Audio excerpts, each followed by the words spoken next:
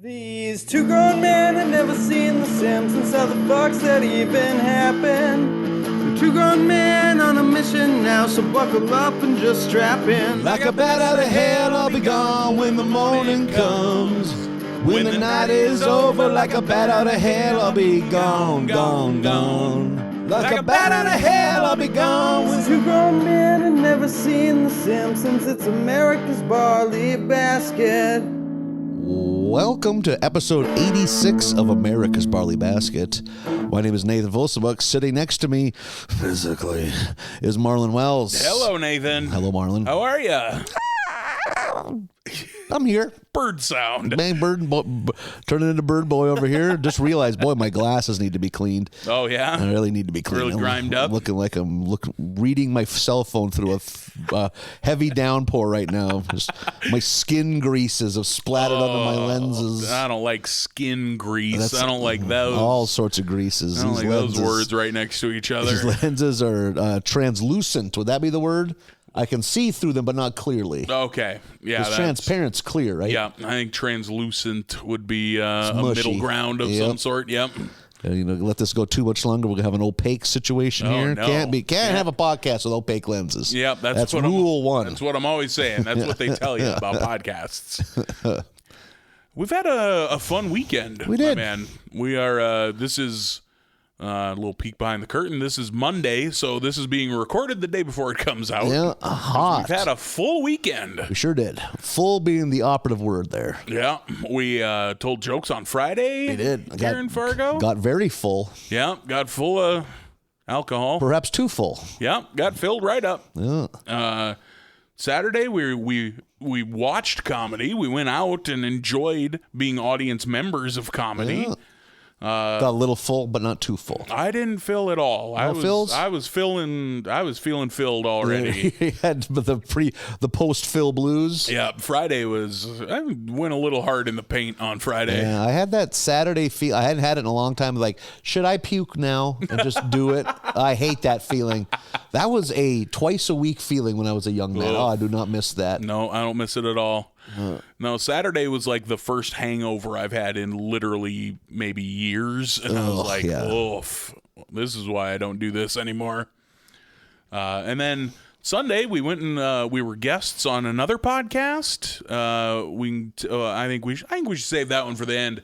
Let people know where they can hear our lovely voices. Yeah. Besides right now where you're hearing us in your ears. And now here we are today. It's been a weekend. It has been a weekend. We hear worse for wear. Let's not lie. Yeah. We got some miles on us this weekend. Not better than ever. Far from. Nope. But we're here.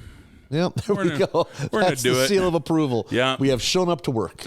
We've punched into the podcasting clock. I got my finest short sweatpants on, like sweat. I don't know what do you call sweatpants that are only the length of shorts? Because that's what these are. Shorts? Like shorts made out of sweatpant material? Oh, yeah, that's what sweat they are. Shorts? Yeah, Schwartz. Schwartz? You've got the Schwartz. Okay. Are those cinched or are they loose boys? At the bottoms? Yeah. No, they don't have a cuff at the okay, bottoms. But they're long enough though. See, we've discussed in this podcast my love of the fish hook, the leg of your basketball shorts to pull it up to urinate. Mm-hmm. Those maybe be a little too long. You might get some piddle. I mean, I haven't tried because I don't live that life of yours. Yep. Well, brother, once you start, you will be mad at yourself when you're at a urinal wearing pants. Like, what a fool I am. You want to swap and go give him a whirl? We might have to do a little bottom swapping. Well, that's a whole new podcast. That's Patreon, if not OnlyFans material. Bottom swapping. We got to think of a doo-wop tune for that. Bottom swapping. I think that's just Rubber Ducky. I think that's what I just stole that from. We got Simpsons today, baby. We are fully in now to season 20 of The Simpsons. We are doing episodes 2 through 6 today.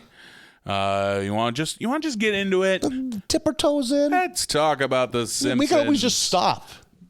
Halfway through this, we're not feeling it. We just talk about another show. Stop right now. Yeah, you guys ever seen Chicago Hope? And then neither of us have. We try to figure out what it could be about. I don't know. Sounds like a hospital show set in Chicago. Maybe like a spunky single mom. Oh, sure. Raising her brood in Chicago. Yeah, that's her name. They're poor but proud. You think raised in Chicago or an import? Oh, maybe that's what it is. City? She's a spicy big city lady moving to a small town that they're not ready for. Oh, you see it that way. She works at a diner, and oh boy, she is brassy. Who's that? Oh, that's Chicago Hope. Yeah. Oh, there we go. Yep. That's not the theme song. That's a bad theme song I just made up. We need to write all of this down. Yeah. These are all ideas. This is why we're not millionaires, Nathan, because we let these ideas just fade into the ether. We don't capitalize at all. We sure don't. Episode 2 of Season 20 of The Simpsons is Lost Verizon. We get Skinner out on the highway, out of gas, and playing Frogger, trying to not get fucking hit by cars. You ever run out of gas? I've never done it. I think I have only once. In my younger days, I had a roommate. He had an old 71 Chevy pickup. The gas gauge didn't work at all. Mm-hmm. It was literally an every 2 months experience with him. It was a nightmare. Really? To the point he was like prepared for it. Like, fuck. And then he just had a gas can in the back and then just go fucking run on foot and go fill up some gas. Like, yeah. I think I've run out of gas like in an old tractor out in the hayfield where you don't have any manner of fucking gauge. Yeah. And I've ran a snowmobile out of gas on that note. Like go walking back to the pickup at the end of the field. You brought a can with because this happens all the time. Yep. So, you know what I mean? But I don't think I've ever had this of like in a proper motor vehicle. I have noticed that now that, cars have gotten fancier and it'll give you like a mileage countdown. Mm-hmm. I push it way more than I should now. I used to always be pretty good. Somewhere between half and a quarter tank, you fill up. Now it's like, let's see what we can do. I had one instance this summer. I really pushed my fucking luck because it turns out that that stretch of road between Dickinson and New Salem, North Dakota, pretty long. Yeah. That's a long stretch with no gas. And wasn't thinking when I went through Dickinson and got the light not long after being outside of Dickinson, and I was like, I'm gonna fucking go for it, and it was awfully close. This wasn't because of absent-mindedness. It was because I was broke. I ran it to the ends of I had an old pickup truck that literally got 6 miles to the gallon. And I was like, oh man, payday's just a day away. And I finally got paid.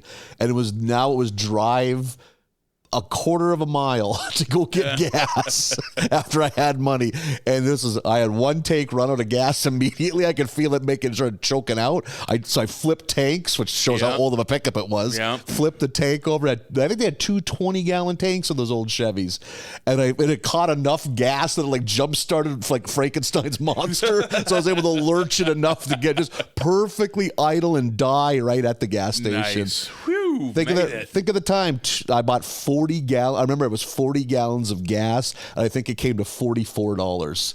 I remember thinking, I can't believe I'm spending $40 on gas. This is insane. Now $40 of gas will maybe fill your Chevy Malibu. I put in 40 gallons of gas if my gas tank is in the red. Yeah. So that's like 16 tank. I think I have a 16-gallon tank. Yeah, I think that's what my car has too. Yeah.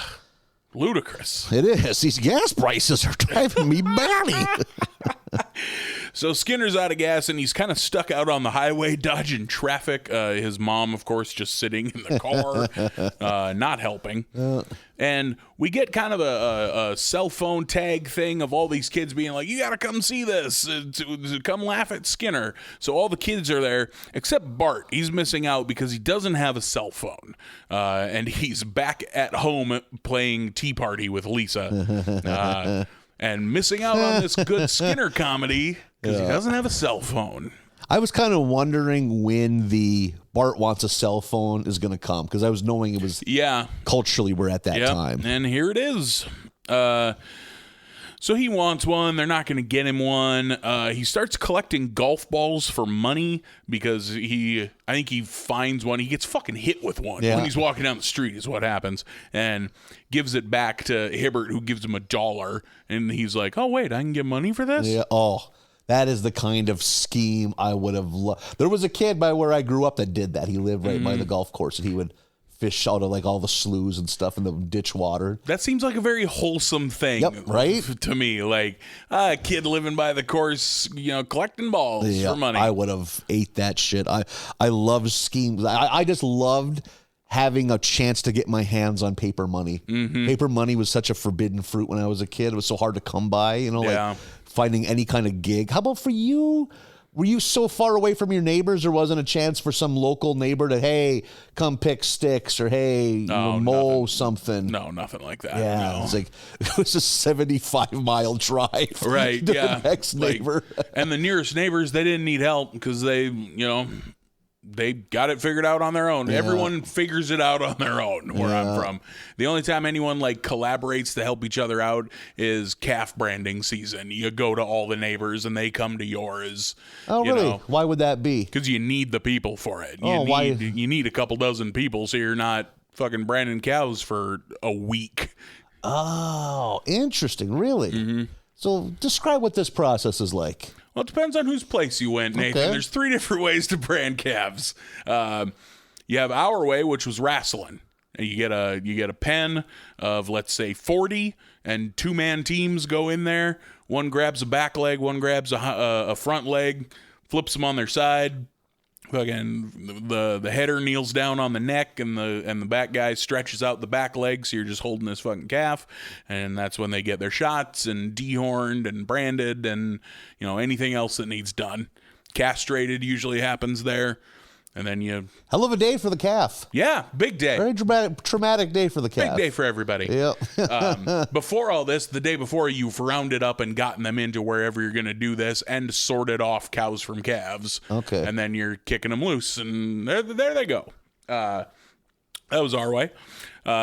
Second way is the roping method, where you got a handful of guys on horseback, and they go into the pen full of calves, rope one, drag it out, and then the team of 2 dives on them, and the process is the same from there, just without the wrestling part. And then the third one is the easiest, but takes way longer. One at a time, you just drive them up the chute into the head gate. Yeah, that's right. That's what I was thinking. That a head gate would get used. Yeah, which that way is way less fun and takes way longer. Because odds are, with the wrestling or the roping team or methods, you have probably a dozen teams. Someone's going to get hurt. Oh yeah, someone's going to get hurt for sure. Someone's going to get a weird hard on. Yep, always. Yep. Someone's going to get kicked. Somebody's going to get the iron on the side of their leg at some point. It's but it's fun. I don't think branding was a thing back home. Wonder why that would be. Why it would differ from. Is it because it was bigger pastures out there and the cattle have more room to roam? Easier chance for them getting mixed in with someone else's cows? I mean, they for sure were branding cows where you came from. For fucking sure. Man. Because you got to have a brand to sell them. Really? Yeah. Otherwise, how do you know whose they are? I don't know. Do they have a picture of the owner? Is that what it is? Just a big picture of you with a big cartoon hamburger helper hand? Hey! Yep. Exactly. It's just a silhouette of your class picture. I recognize that countenance anywhere. Oh, these are Marlins for sure. Yep. There's Marlin's little beauties, he calls them. Puts all that lipstick on him. It's kind of off-putting. Oh, my God. You put bows in the hair of, or if it's a steer, like a little cute sports jersey. Buckles loves soccer.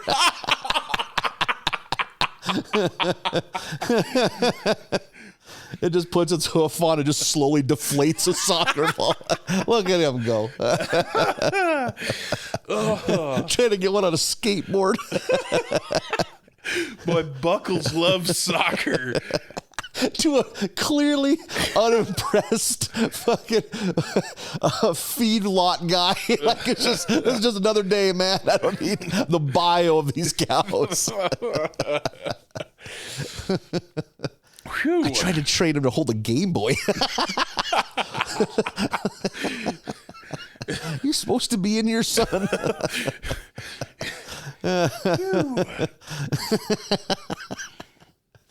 Yeah, Brandon season's really the only time you get collaborative efforts between neighbors, really. So no, yeah. That was our barn raising. You know what I mean? Like everyone eats and drinks, and it turns into a big to-do. No old woman living on the farm you could mow a lawn for, anything like that? No. Too far away if they were, probably, yeah. Yeah. I never thought of that. For you guys, there's only a handful of people that are within a 20-mile radius, probably. And I'm sure town kids maybe had that. Like, I'm sure, but like the classic youth shit of like, oh, I'm going to save up my money mowing lawns all summer. Like, that's not, I didn't have that. Never had another farm. But I guess if you would have enjoyed farm work and gotten a kick out of it, do you think you could have weaseled your way into working on someone else's farm as a side hustle? I mean, I did eventually when we moved into town and my folks got divorced. Like, then I was a hired hand. Teen. Yeah, exactly. Making you wear smaller and smaller outfits. Grandmother likes it when she can see your ass cheeks, so you can wear these little shorts. I'm out there in a sleeveless half tee. Yeah. You in tiny pleather booty shorts with like a tucked in bloused out cold chamber t-shirt. I don't want to wear the vest. Old lady bringing me tea. Yeah. Splashing your shirt so it's wet. There we go. I like the boy bosoms. Boysoms. Whew. So Bart's collecting golf balls. That's his childlike side hustle. But it turns out that he has muscled his way into Willie's turf. Because in the summer, he's greenskeeper Willie, which I thought was fun. From what I know, a lot of the summer help at our golf courses were laid off summertime school employees who also were golfers. Yeah, that makes sense. Yeah. And we also get one of my favorite Merle Haggard songs. We get Working Man Blues during the Bart collecting balls montage. Yeah. I like that at one point he accidentally collects an alligator egg and almost gets eaten. Springfield's got alligators. Yeah. Why not? Anything you need. Why not? If I ever saw an alligator in person, I would fucking lose it. I would be terrified. I would die. They are wild. Like, or you see, I think they're Australian crocodiles, or they're the size of like, bring the Chevy Malibus back. If you glued 3 Chevy Malibus together, that's what they look like. They're that big. But are also stupid fast. Yeah. And full of teeth. Yeah. And I think alligator, they can't run far, but like they're way faster than a human. Short in like, bursts. In like a 30-foot run. Yeah, like, they're terrifying. Imagine fucking setting up a picnic and a 4,000-pound alligator shot out of a slough like a torpedo at you. I'd die. It wins. I'm already dead. It doesn't even have to kill me. Like, I was just reaching for more Pringles and this dinosaur came at me. I remember being a child as my grandmother cleaned a laundromat. I would sit and read old issues of Reader's Digest. That's like a 60-year-old boy. And they would always have like a drama and real life one. And it was a story of a woman who was standing like on a dock, and an alligator jumped up and bit her through the legs by the crotch and torso, pulled her under and started doing that death roll thing. And she somehow like was able to like fucking jam enough fingers in its eyes to let her go. But she was alone and was like pretty much disemboweled. It was all about her like tying reeds and fucking grasses around her body to keep her body from staying inside of her, and her stumbling 7 miles through the Okeechobee swamp to get help. I was so goddamn terrified. Just like casually asking my mom every other day if there's any alligators. See, not at the public pool, hon. You're okay. No alligators here. We're pretty hard to get farther away from alligators than North Dakota. Yeah, we're pretty far away. Think about that. North Dakota has very few things going for it. I haven't seen an alligator once. I haven't seen one alligator. I've never seen a giant, scary snake.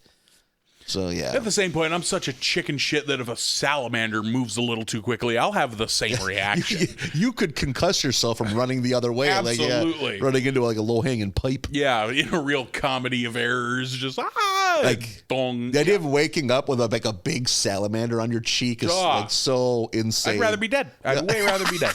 Like, I don't care that they're harmless. I don't. Nope. They're so soft because they're not like a reptile. Like their skin, like they absorb things through it. Fucking kids that would catch frogs growing up, like you were fucking gross. Get your nasty ass frog out. Dude, I was a little kid. I'm 10 times more of a pussy now. When I was you see a snake, you pick up a snake. When I was a kid, fucking, you don't let a good snake go to waste. You find there's so many kids to throw snakes at, dude. You make a snake pit, you put it, and you make a snake trap. You put a snake over a door in a jar or something like that. You'll concuss them with the jar, then they'll wake up with the snake on them. There's so many snakes are nature's fun. You know, when you're 7, 6, 5, yeah. I'm glad I met you in my 30s, not in my fucking 10s. The idea of, first off, the idea of me just riding a bike sounds exhausting now, but just, look, snake, and pick up a snake and I remember just spinning a lap around Southbrook. What am I going to do with this snake? And then fucking, so, sometimes fuck it, just throw it. You don't have any fun things to do with the snake, but you always picked it up and made the decision later what you're going to do with it. Like, man, to be 6 again. Yeah. Animals. Yeah. Just we were part of the ecosystem. That's how poor we were. We were absorbed back into nature. We weren't even the apex predators. There was probably a big stray dog that was in charge. Yep. Like, the alpha. Bosco makes the rules around here. This is Bosco's trailer park. Yeah. Oh, fuck. We're having a celebrity like a ProAm here at the Springfield Golf Course, and Dennis Leary is here. And Leary, his phone rings during his backswing and ruins his shot. So Dennis Leary. He's mad about stuff. So he throws his phone, and Bart finds it. So now Bart has Dennis Leary's phone, doing his own voice as you expect. Yeah. Like sounds like Dennis Leary. Mm-hmm. Dennis Leary, one of those fellas who. Like, I discovered that No Cure for Cancer special pretty early on and really loved it. And then afterwards discovered Bill Hicks, and I was like, oh, I see where Dennis got this from. And then it came out, too, that didn't Leary pretty much part and parcel steal an entire bit of Louis C.K.'s, I'm an asshole. Oh, really? That's a C.K. bit, yeah. Yeah, it was... but at the time, not knowing any better, I really liked No Cure for Cancer. I thought that was a good special. Interesting that a guy like he just doesn't seem like someone that would, not that he's not a talented actor. If you were to see No Cure for Cancer, you wouldn't think this guy is going to be on movies, right? And at the same time, I think if you watch Dennis Leary act in something now, you would never think. I bet he started in stand up. Oh, interesting. Yeah, I can't think of the last thing I even saw him. I never saw Rescue Me. Yeah, I watched the first probably 3 seasons of that show, and before I was like, oh, this show is the same thing over and over again. He's in those Ice Age movies. I think he probably built fucking houses on those Ice Age movies. I bet, yeah. And if you work for a major animator, put Marlin and I in a movie. I will. Yeah, man. We any can voice degrading. I'll be any dumb fucking animal you need. This is this dumb fucking panda bear that fucking gets hit by a train when it's fingering itself. Sure, why not? The most sad, depraved end. I don't care. Let me be that thing. I need that money. Give me that animated panda bear money. I hate to break it to you, brother, but I think the days of being a voice actor but not already being famous an actor are over. Which is that? I don't know. It's kind of interesting. Hey, I recognize that voice. I also like that they have characters having their own unique voice that you don't recognize. Why couldn't Garfield just be Garfield? Why did it have to be Bill Murray? Right. Garfield had a pretty iconic voice in the cartoons. There's no reason fucking Matthew McConaughey needs to be the voice of Lincoln. Anyone can have that job. Yep. Paul Giamatti doesn't need to be doing McDonald's voiceovers. Yeah. That we've discussed that, I think, but that used to be a thing no A-list actor would do. It was considered beneath you, and it was like a sign that you were slipping. But movie stars don't make bank like they used to. Nope. So now they got to shill fucking McRibs. Yeah. And take all the voice actors' jobs. Yeah. Bart is having fun with Dennis Leary's phone. He agrees to do a film adaptation of Everybody Poops, on Leary's behalf, talking to his agent. And then he starts doing the Bart thing, starts calling bars around the world from Dennis Leary's phone. doing his prank call shit. Yeah, the scene of Milhouse and Bart doing that, calling all over the world, and like some of the names they were using are great. And also there was a very good line when Bart is excitedly found out that he has this phone, how much trouble he get in. He goes to Milhouse and like is calling him. And he's like, look out the window. And Milhouse, I'm not supposed to look out the window when I'm home alone. Which is such a good overprotective parent thing. It's an amazing rule to have. God, Milhouse, the best. Word gets back to Dennis Leary that Bart has his phone and he's pissed. Marge gets involved here, like, I told you couldn't have a phone. And Dennis Leary's talking to Marge and is like, whatever, keep the fucking phone. I don't care. But he also tells Marge how to activate the tracking unit. Yeah. Like, use it as a low jack. Fuck it. Yeah. Keep an eye on your boy because he's trouble. Yeah. And this is where Dennis Leary exits this episode. Yep. We get some very good sight gags once this kicks in, too. The low jacking? Yeah. Yeah. We're always beating him to the punch. Yeah, and there was an episode not too long ago. Oh, it was the Departed one where Bart snitch. is getting beaten to the punch on all of his bullshit. This felt like that, and I also liked that. Yeah. Horsing around on that fucking forklift at that construction site where Milhouse is surfing on the forks, and he's like, so fucking dangerous. Are you sure this is safe? And Bart goes, yeah, I have my seatbelt on. Yeah. Like, that's not what he meant, I don't think.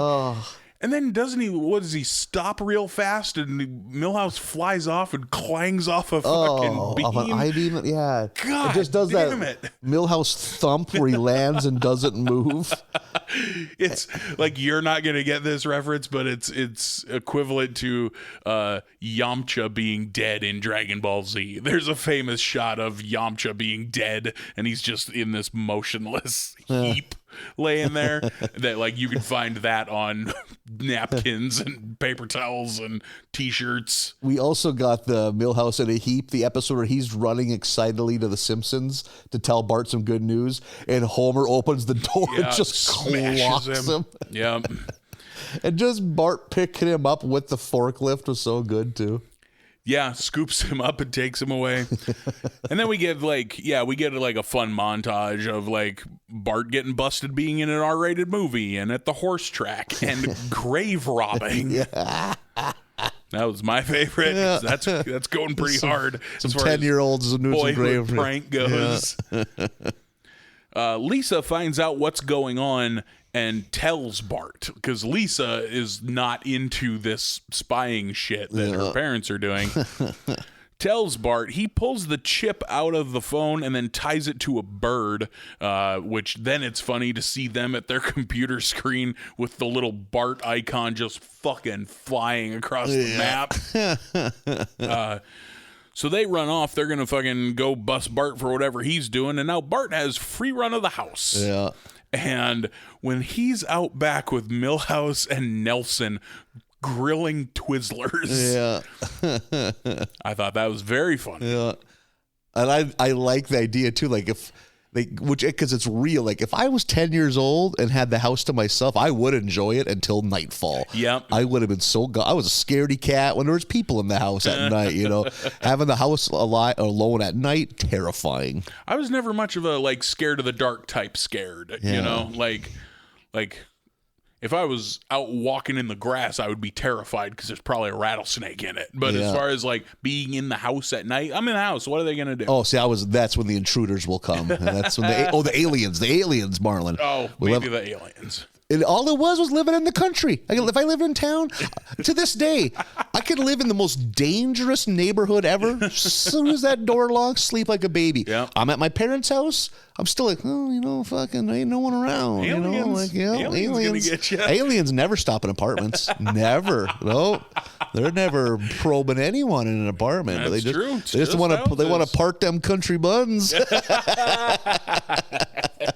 like those farmer tans. That's what gets them off. Oh my God. I need to use this. Oh man, instead of a farmer, I need to use like a can koozie. Get all up in it. Jesus, these guys are so demented. Broken alien. while they're out back, Nelson and Milhouse go home, and before he goes, Milhouse and Bart are like looking out at the sky, and it's like it looks slightly stormy, and Milhouse goes, "Yeah, real boogeyman weather," and leaves Bart with that. And yeah, that fun montage of Bart having fun in the day, but being a scaredy cat at night, wrapped up in a blanket, shivering, not sleeping, clearly. There's one where he's sleeping on the kitchen table surrounded by mouse traps. And if I was 10 years old, that's so terrible. I would have set up traps. Like, I would have set things in front of my door, or I would have barricaded my door. I can picture myself doing that. Like, nope, not tonight. Man, demons or aliens or serial killers. I was alone in the country all the time. Yeah. I don't think I ever... Oh, man. I don't think it ever crossed my mind. And the trouble, I consumed too much content. I fucking ate up Unsolved Mysteries. I would just be terrified. Oh, yeah. And the only things on Unsolved Mysteries that ever scared me were the alien stories. Yep. And that shit terrified the shit out of me. And then, too, I think my dad just loved that and would never lock the door. I would get up as a little kid, every door's open. Fucking in the summertime, literally the door is open. It's just a screen door. It's like, God damn it, my parents lock the door every night now. The best is for a good chunk of my teen years. We had built a different house, and my dad didn't have a gun cabinet in it. So it was like a video game. There was a gun leaning in every corner because you got to have a gun standing upright, So just guns. It was like a fucking video game. Just run in. I don't want the club. I want the, it's like playing Doom. Yeah, I want the Magnum. I don't want the. Oh my God. Yeah, it just would have been who can load and find where the safety is on that rifle first. Like a really kick-ass Hong Kong action movie. Yeah. Did John Woon design our house? The Simpsons are following this fucking bird. Lisa gets wise to what's going on, that it's attached to this, that the tracking chip is attached to this bird, and then looks it up real quick and is like, oh, this bird's flying south to Machu Picchu. So she shoos it off, doesn't tell her folks. Because she wants to go. That's where she wants to go. Yeah. And now the Simpsons are going to Peru. And we get them marching up the fucking mountains of Machu Picchu. Marge gets a vision about the dangers of being overprotective and coddling her son. You got to let him go and just live. He's going to be fine. And if you're going to fuck it up if you keep doing this. You're going to have a Skinner. We have an episode where she realizes that. Mm-hmm. You're going to raise a Skinner. And they turn around and come home. I think they find the bird with the tracking chip. And God damn it, it's a bird. So they get home and Bart plays tough right away. I didn't miss you at all. And then as soon as they turn to leave, he's hugging his mom. That please was never cute. leave again. Yeah. It's adorable. And her doing the drag a leg. I've had that with nephews or nieces and stuff, just grabbing onto your leg because it's fun. Not because that would be a blast if you're a little kid. Just grab someone's leg. Take a ride. Boy, so many things are fair rides when you're a little kid. I remember being excited. I remember being bummed when I was too big to ride underneath the shopping cart. Oh, sure. Hey, look at me. Look at this. Oh, boy. We're having good times. I remember thinking, too, because I didn't want to sit in the baby thing because that's kid stuff. I'm a man. I sit down below. I'm sure this is what Dad does. And it's you too. Holy shit. I wonder how many times my dad was in a grocery store between 1975 and the year 2000. Yeah, that's a solid question. Same here. Yeah, that was strictly a mom job. None, as far as I can remember. Yeah, thinking back. Yeah, I never stepped foot in the grocery store with my dad as a kid. No. That was always a mom thing, which, I used to like it. Hey, go look at us doing things. Grocery store. And just having a sit down talk. Listen, I know there's a little horseshit toy selection here. You're not getting any toys. We're going to buy one boring cereal. We're not getting 7 cereals. Oh, I love that cereal aisle. Hey, we should get at least 3 ones with clowns. just all marshmallows. Yep, just looking for colors and rotten teeth. Yeah. Nope, we're getting cornflakes. That's the worst cereal. God damn it. It's literally the worst. I don't mind cornflakes. There's 75 cereals. Get the 5th worst. Actual answer on what is the worst cereal? Grape Nuts. Fuck Grape Nuts. I remember thinking Grape Nuts must be so awesome because I like grapes. And then also because I had an uncle that they always had to have Grape Nuts. One thing about Grape Nuts, they're expensive. Yeah. If you look in the cereal aisle, Grape Nuts is probably the most expensive cereal. Yep. They're shit. Yeah, they're garbage. Dirt. Second thing about Grape Nuts, they're so dense. If you sit and pour a bowl full the way you would pour a regular bowl of cereal, that's 18 servings of Grape Nuts. I don't even remember. I had a bowl when I was like, I don't know, 10, and I was so traumatized that my brain forgot about it. What even is it? It's just lumps It's of... just like granola, essentially. But there's no sweetness? There's no yum-yums? No, it's granola before they make granola good. Oh. It's granola before whatever they add to granola for it to be worth a damn. God. Yeah, That's heartbreaking. Grape Nuts is fucking garbage. Why do they... If the government won't let them use titles like Marlboro Light anymore, they shouldn't be allowed to call cereal like that Grape Nuts. It should be fucking dirt. Earth Nuts. Like, yeah. Plant nuts. Earth dirt. Earth dirt. Another bowl of earth dirt. To Grape Nuts' credit, it stays crunchy in milk because it's made of rocks. Yeah, it's thistle. Like, it's like, oh, man. God, yeah. Well... R.I.P. fucking anyone that was forced to eat that nonsense as a kid because you obviously murder-suicided your whole family. Maybe next week is a special treat to the listeners. You and I will sit and have some Grape Nuts. Oh, God, yeah. Just loudly crunching into the microphones. Pout the whole time. Not one grape-flavored shard of or something. nut-flavored. Yeah. We're up to episode number 3, Double, Boy in Trouble. Get what I assume is a new couch gag, Tornado Wizard of Oz. Had you ever seen that before? No, I figure that's new. We're 3 episodes in, new season, new couch gags. Oh, we're getting a lot of new couch gags in this batch. Yeah, because it's early on in the season. I noted during this opening that the thing Bart's writing on the chalkboard is there's no such thing as Rocktober. Yeah, and that hit me because as someone who worked in rock radio. When it was October, you said Rocktober, or we will throw you out of this building. That's so lame. You were federally mandated to say Rocktober. Put a chip in your neck. I think, though, that's probably the only month that you can just add an R to and make it sound cool. Yeah. So, especially not April. Especially not April. Especially not April. Yeah.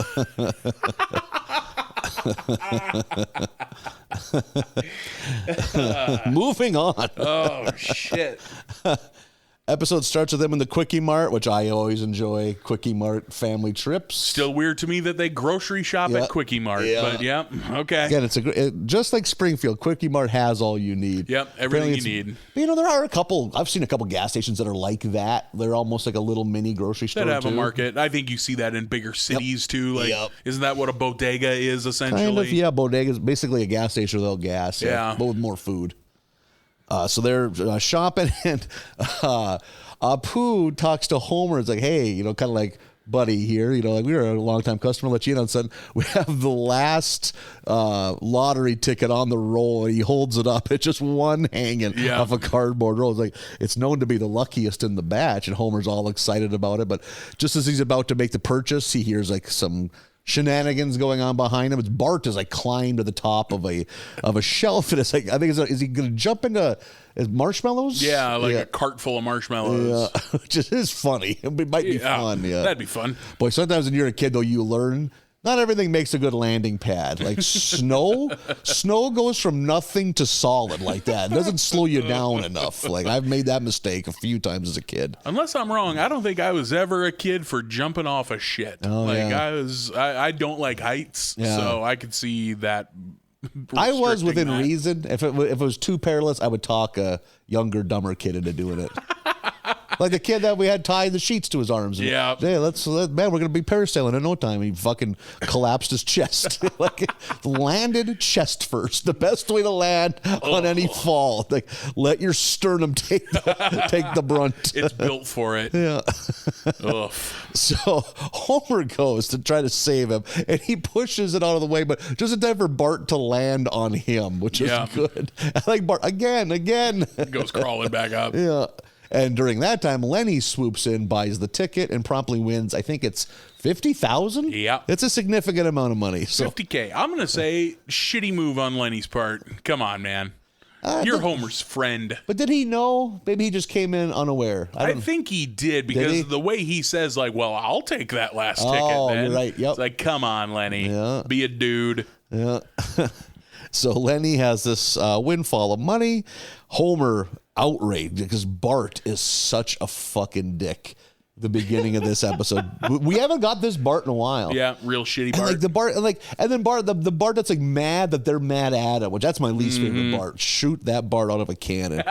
Can't have that Bart.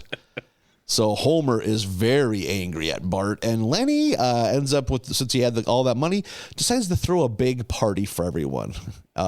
Which, hey, good for him. That's a way to give back a little bit, I guess. Yeah. And again, Bart is just being the worst because they all go to the party is a very posh affair. I think we get a giant ice sculpture of Lenny. Yeah. Like, what a thing. Like $50,000 is this unspendable sum of money. Right. This is a Brewster's Millions level of money that's being thrown around here. Just this extravagant party.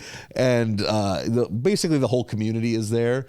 And there's swag bags. Apparently, this is around the time swag bag was becoming part of the, part of the zeitgeist. Yep. And I remember Marge, I think, mentioned she's excited to see what kind of gifts they got. And Bart goes into the gift room, and everyone has Roombas. Is that the proper name? Yeah. They don't say that because that's a brand name. But those robot vacuums. And Bart sets them, basically turns them feral. Yeah. And they just become monsters. Like a bunch of them swarm Hans Moleman and apparently devour him. Kill because Hans all that's Moleman? left is like a cane and glasses. Yeah. They suck up all of Hans Moleman. Yeah. And they completely, there's some good sight gags here of him just, those things running amok. And then it ends with the cops just exterminating them. Shooting them in this hotel ballroom. And there's a good scene too where it's where Quimby's just or not Quimby, Wiggum is just like, we're never gonna get to the bottom of this one. I think it's one of the other cops opens a door and there's Bart kneeling beside them and setting them to I think the setting is malevolent something. It's sentient. That's what it is. Yeah. It's just good. It's just one slot over. And even then, Quimby's Wiggum is like, well, I don't know, and the robot then has to, in this little robot voice, go, Bart made me bad. Yeah. Which is super funny. So again, Bart is just being a prick, and I hate that where he's like, I hate my family. Fuck you. Yeah. You should be in a home. You're being a little shit ass. You don't get to be indignant about it. And it's during this time, I think he goes to use the restroom. That's when he runs into a kid named Simon Woosterfield. Yeah. Because it's the Woosterfield Hotel, I think is where they're at. And he is basically Bart with glasses. He's basically Bart with a fancy boy voice and glasses. Yeah. So they're both kind of just commiserating. Like Bart's like, I don't like my family. And he's just like, I don't like being stuck in this stuffy big house, all the time. And it just goes together perfectly. Hey, give me your glasses. Let's swap clothes. I'm going to be Simon. You're going to be Bart. Yeah. And now we know is there even really a B story? This is kind of the dominant. No, not really. Yeah. So now you can kind of picture how this is going to go. Bart's going to go live in the fancy house. Simon, I think he kind of fits in right away. He learns to enjoy the simple pleasures of having a Marge being mom of the year. I think immediately he's pretty turned off by Homer at the dinner table. Yeah, right there you go. But I think he pretty quickly is like, oh wait, Marge is an MVP. Lovely. Yeah. And Bart right away, it's kind of the opposite. You're right. He's right off. Simon's kind of like, oh boy, what I get myself into. Then learns to enjoy it. Whereas Bart's the opposite. He loves the opulence. Yeah, and then slowly realizes that it's not all that great. Yep. But man, when he walks into that fancy bedroom of his and there's that Joe Montana poster. That's actually Joe Montana. That's Joe Montana. It's very funny. Voiced himself right there too. And I always remember Joe Montana's voice because he hosted SNL once. Oh, really? Yeah. And which is funny. He just doesn't seem like the kind of guy. Short list of football players who've done that. Yeah. Holy. Peyton, obviously, is a big one. Yeah. I forgot, but you're right. He did it too. And I heard he did a fine job. Yeah, I've heard that those Peyton SNLs are good. And then that was when I was a geek for SNL, but I think Joe Montana did fine. He had a character where his thing was he didn't have an inner monologue. It was always outer monologue. Okay, that's funny. He's like, hey, guys, I'm glad you had a good night. I'm going to go upstairs and masturbate. And it's weird Joe Montana saying that. The guy from the Wheaties box? Yeah. Right? Yeah. And I also like, the fact that he has, I got a race car bed. That's an actual race car. Yeah, he drives it around. Zip it around in that. Yeah, he has a very richy rich house. Extremely richy rich. But then he finds out I think it's his step brother and sister who are like teenagers. First off, it's like, they just don't like him. And, it's worse than that. Yes. They want him out of the picture. Significantly worse. Because they want all the money to go to them. And that's where the episode makes a turn. Because I think it's Lisa that figures out. How does she figure out that Bart is Simon? Because Simon's not very good at hiding it. And just lets his accent slip enough times. And he's not a big enough jerk, probably. Right, yeah. Lisa kind of has this sniffed out from the get-go, actually. Yeah. Oh, you're right. She's kind of, then finally she finds a way to let him know, like, hey, it's over. And he kind of lets loose. And then I think he also kind of lets them know, okay, this is over, but we got to get to Bart because he's in danger. Yeah. Because like Simon, this wasn't just a lark for Simon. It was pretty evil of him to do this. Yeah, he was escaping his certain doom at the hand of these half siblings. Yeah. So he finds out that.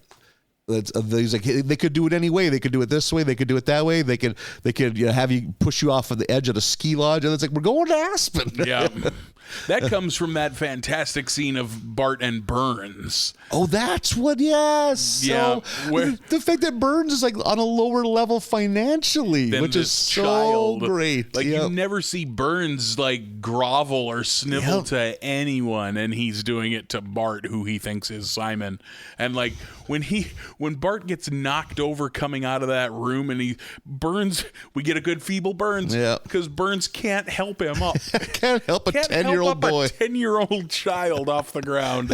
We also get a good feeble Burns when they're on that teeter-totter. Yeah. And Burns is all the way in the air and it's not moving at all. Yeah. What is it? What does his weight consist of? His clothes and something else. Yeah, and keys. Keys, clothes, and keys. He's basically a phantom. Yeah. A phantom that can wear clothes. Yeah, and finally Bart just like walks away. Like he's still Burns sitting in the air. The atmosphere weighs more than Burns. Yeah. So good. More Burns, please. God damn it. We don't get it like we used to. So that's how he finds out Burns. I'm sure Burns took part in some nefarious schemes and he was young. He does. He shows that fucking photo of all of his siblings and then tells them how they all died. Yeah, you're right. At least 4 of them were from poisoned potato. So now Bart, I love that too. We've seen this in other storylines where Bart or someone gets ominous news and then immediately that news comes true. Yeah. We're going to Aspen. Yeah. And what is it? It gets a pretty quick cut to them being there, and they're just them on top of the ski slopes. Yeah, on the top of what's the hard one called? The Black Diamond. There you go. Yep. Yeah, that's just a Kiss song to me. I don't know. Very good Kiss song. Hell yeah, one of my favorite is. Kiss songs. Black Diamond, I think that is like a universal skiing term. I think so. I think that's like a designation that this is for very experienced. Yeah, because I mean, you could legit die skiing. Mm-hmm. Sonny Bono did. I was about to say Sonny Bono for sure. Oh my God, as someone who rode snowmobile, I can't like it. The idea of just riding a snowmobile as fast as you can and jumping into a tree, it would disintegrate you. And when you're skiing, You're going so That's what you're goddamn doing. fast. Yep. Like, or just a ski going off and getting your legs chicken winged. That want to kill you, but God, that jack you up. Yeah. I've only went skiing like one time when I was probably 6, and like I don't remember shit because I was 6, but I remember I don't think I enjoyed it or was good at it. Man, I don't know. I have friends that say once you get the hang of it, it's so much fun. But I hate, because I'm just not wired. I hate things that have a big learning curve. I hate having that 3 months of sucking. Like, like I remember trying to learn how to skate, and all my friends could skate. I had to push a chair, have like a folding chair on the ice, because that's how they learn you. It almost serves like a walker. I'm sure nowadays they have like specialty ice rink walkers that you hold. Back then makes sense. It was just a wooden chair. But that's just adorable. I picture you being 31 years old. Yeah, right. Just getting tripped over by little kids, like, and then they're doing that ice spray thing. Yeah, you've seen hockey enough to know, like the ice spray thing, like. Oh my God. I remember, man, I had a cousin learning how to skate, and he lost control and hit the boards, and his lip caught on a wood staple that was used to put some trim on, and just zipped a good chunk of his lip right off. Gnarly. That was enough for me. Hey, that's not safe. Nope, we're good. That guy, it's bound to happen to me going 1.5 miles an hour pushing this thing like a elderly woman. Winter activities aren't supposed to happen. Yeah, I remember the guy fitting me for skits. Ooh, we could have the next Wayne Gretzky here. Like, yeah, I bet you could. Boy. I was still young enough to have hope. I was like 7. Like, here we go. Wayne Gretzky. Wayne Gretzky. Yeah. Wayne Gretzky was playing junior hockey at 7 against grown men. He was the team leader. He was the captain at 7 of 30-year-old men. Yeah. So it's pretty unceremonious. It's just like, well, this sure looks dangerous. We should try something else. Like, nope, just pushes him down. Yep. And then the sister offers her brother a potato as a throwback to what Burns was saying about all the poison potatoes. Yeah, because why? Yeah, if you're willing to do that to one sibling, why would they trust each other? Yeah, you know, I thought that was fun. So we get Bart going down the perilous ski slope, and then we get an 11th hour saving by our old friend Homer Simpson. Yeah, jumps out of a ski lift. Yeah, because they witness it from above. Yeah.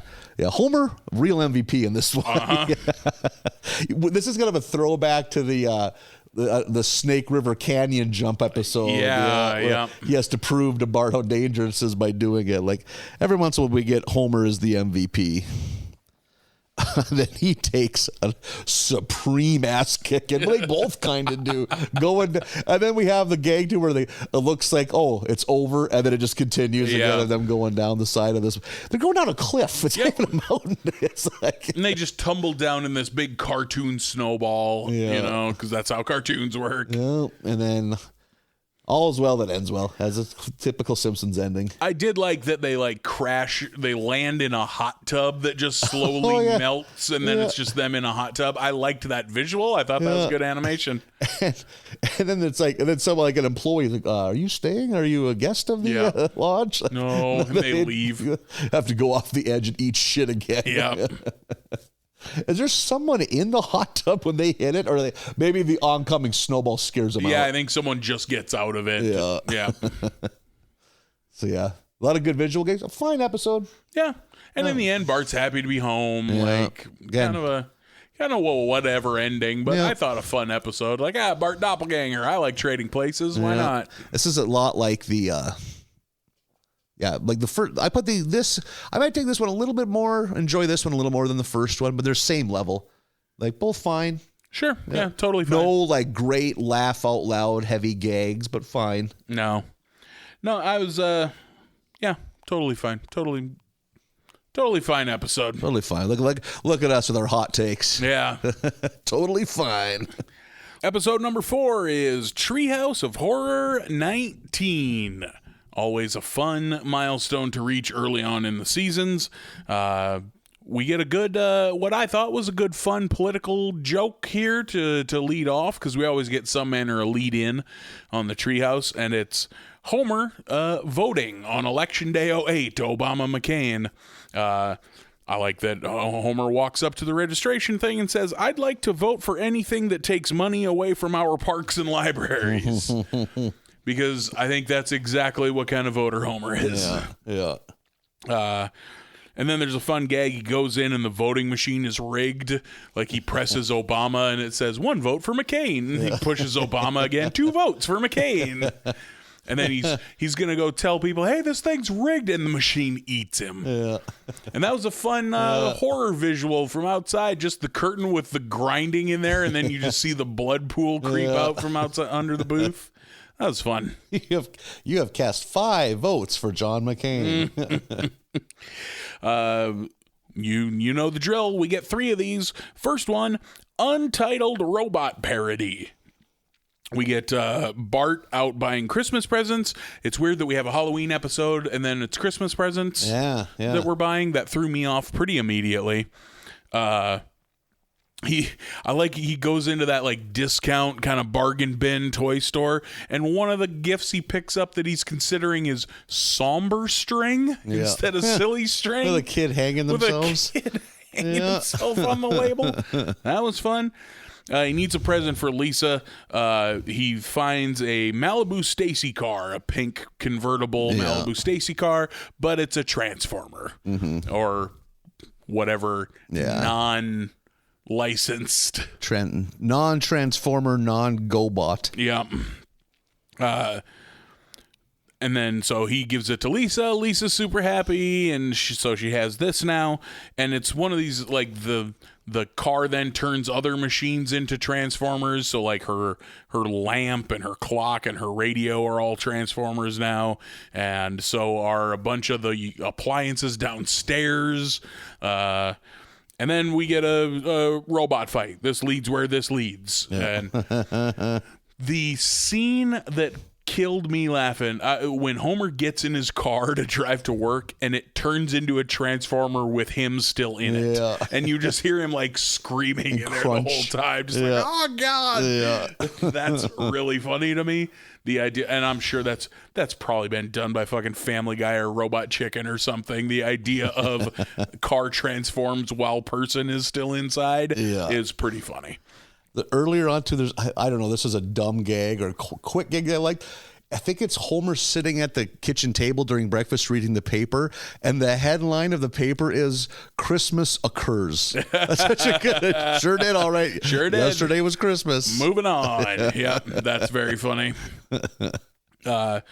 So the cars are all fighting. All these robots are fighting. They're destroying the town.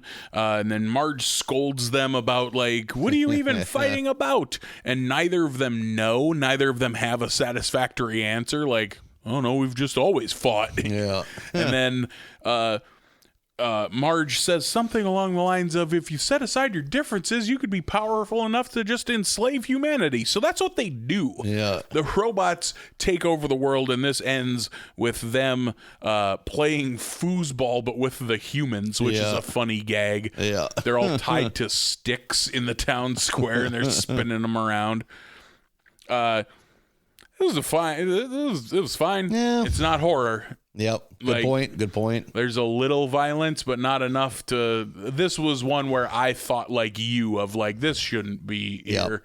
Like somewhere along the line, sometimes these are just a parody of something. Yep. Kind of like the next one, which is how to get ahead in deadvertising. And I assume this is the Mad Men opening that we see here. You're right. That's animation. Exactly what it is. I've never seen the show. Yep, but I think I've seen it. I think I've seen it parodied elsewhere. And I'm pretty sure you're right. Oh, okay. I was wondering the same thing though. That seems right. That show, I know friends who fucking love that show. And I think I've seen one episode, and I was like, this is boring. It just seems like, but boy, enough people love it. It must be once it gets its hooks in you that it's... There's plenty of shows that I really love that I didn't love initially. Like fucking Breaking Bad is that way. Parks and Rec is that way. The Wire takes a while to get going. Yeah, I think there's plenty of shows that I like that didn't hook me immediately. Maybe I need to give Mad Men another chance. Maybe we need a new podcast. Hey, there we go. Homer drops off Maggie at daycare, and there's all these... there's all this Krusty artwork done in the daycare, and then Krusty comes in like, that's not licensed, and has it sandblasted. And then Homer's all mad because, hey, you made Maggie cry by sandblasting all the Krusty the Clowns off the walls. And Krusty, indignant, of course. Homer accidentally runs Krusty through the wood chipper in a pretty decent violence bit. Yeah. This was where I was like, okay, if you guys are going to do this ultra violence thing, like, then I'm okay with this not being horror subject matter. So Homer does that, and then he's chilling out at home, and the ad men show up, and I assume these are, if not voiced by, at least drawn to look like characters from that show. Yeah. I'm making the assumption. But it took me, I couldn't place it at the time, but now that you mentioned Mad Men, the pieces are coming in place in my head a little more. And like that one guy with the white hair, there's a white-haired guy on that show, right? Mm-hmm. So they show up, and they pitch Homer on this idea that they don't have to pay for a celebrity to be in an ad if that celebrity is dead, which is not true. Yeah. But if this is the way they want to go with this episode, okay. And so now Homer is a hitman, essentially. They are paying him to murder these celebrities so that then they can use them in commercials. Yeah. They show him kill George Clooney. They show him kill Prince, which hits a little differently now that Prince is actually gone. And he kills Neil Armstrong. Okay, yep.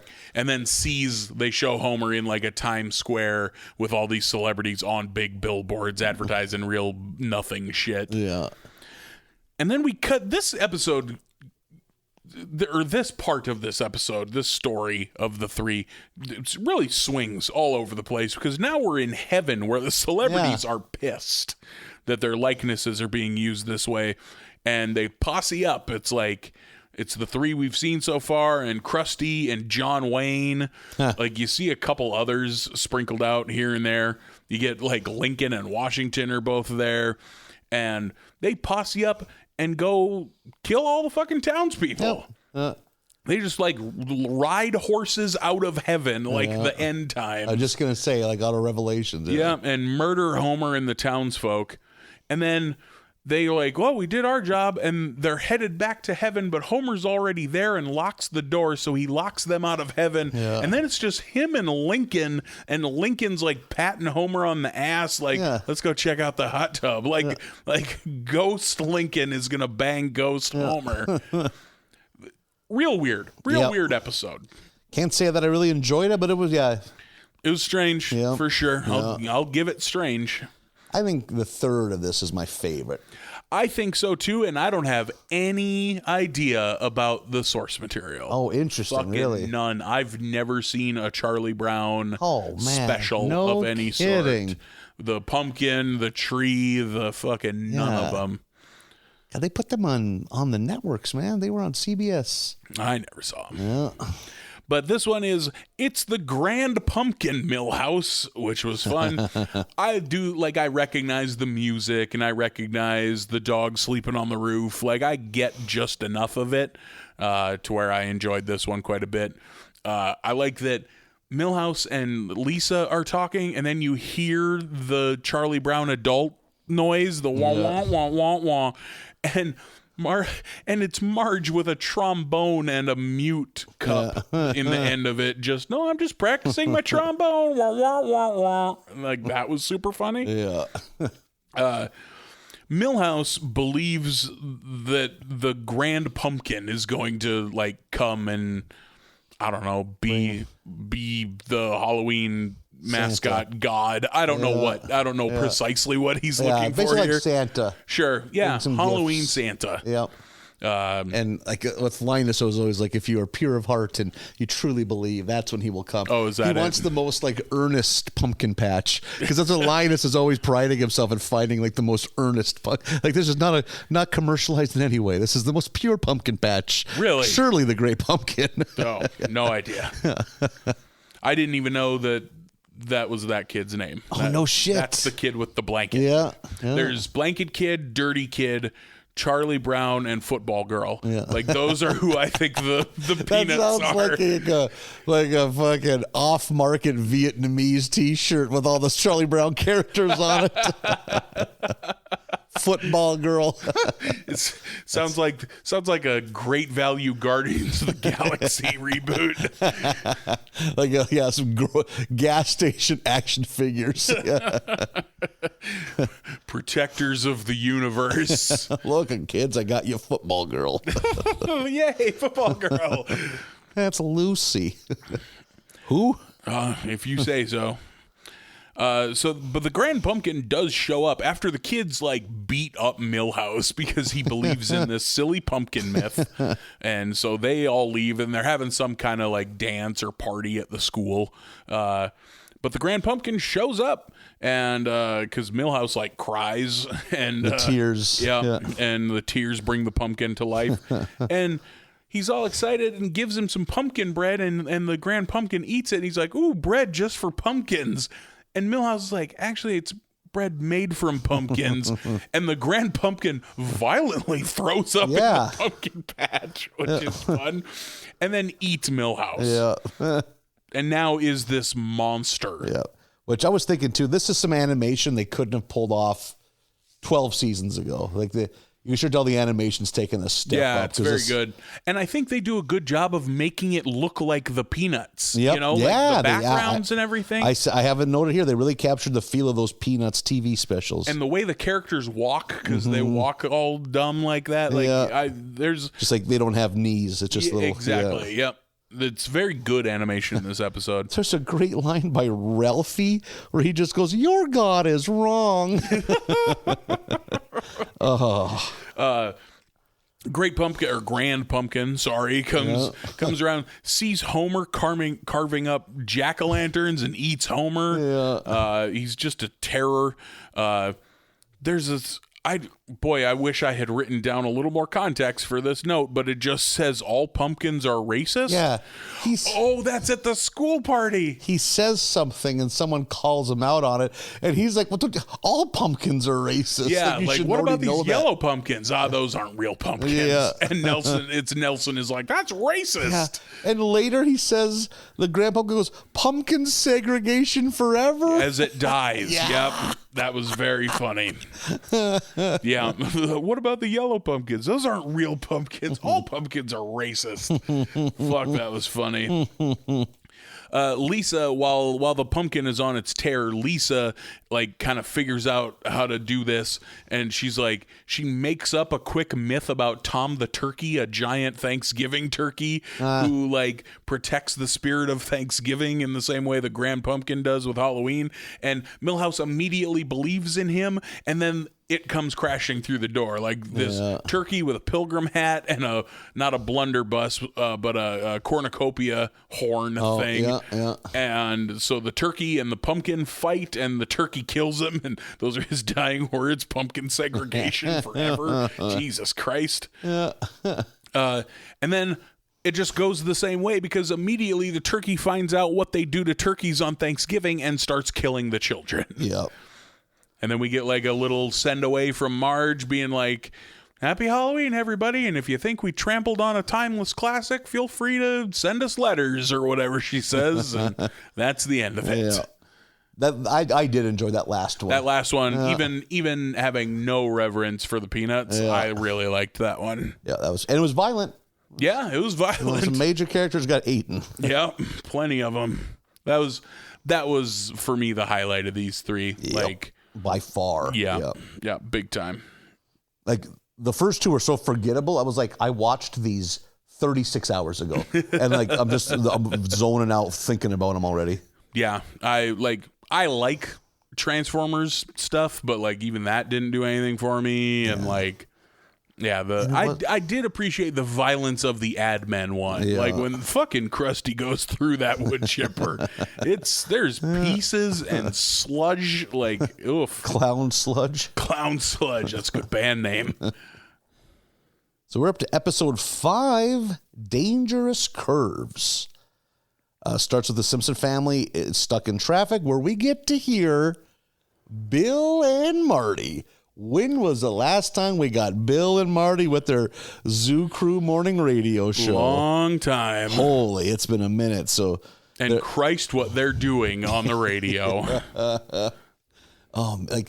Do you think if you live in a major market that like shock jock morning radio, maybe like I bet they're still out there. Yeah. I bet that flavor will never go away. Yeah. You know, the soundboard, wackadoo, horse shit morning zoo crew. Yeah, let's have a stripper jump a motorcycle over this ravine, you know, like I'm stupid. You sure are. Yeah.